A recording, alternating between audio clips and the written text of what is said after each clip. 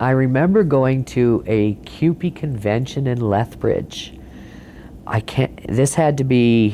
This was a couple of years later, because by that time I was married and I had a child, so that would have been 1990.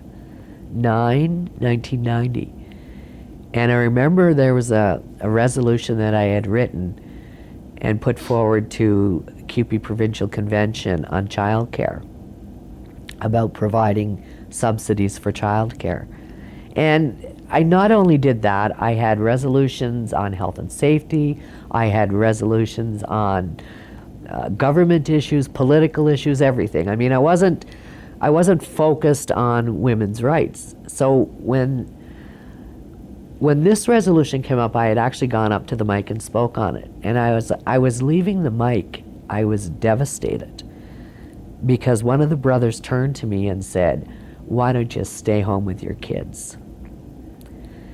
And I was absolutely floored that he would say that to me.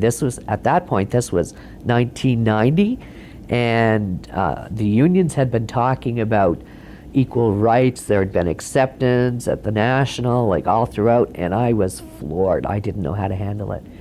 I had just had a corneal transplant done at that time, and I wasn't allowed to cry, which was challenging. That's how much it hurt me. I was devastated. I mean, I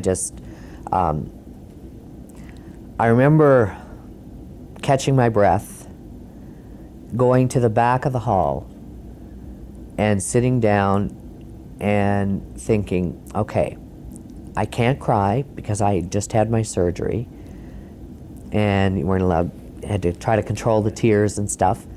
And I thought, I'm not gonna put up with this. So I went back in and I went to the mic and I basically said that I couldn't believe what had just happened on this floor. And from there, the rally started.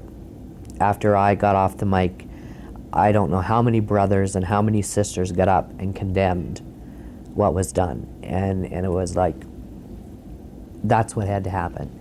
And I know the president of the local, of the guy that made the comment, came and spoke to me. I didn't use his name on the floor. I didn't think that was necessary. He knew who he was.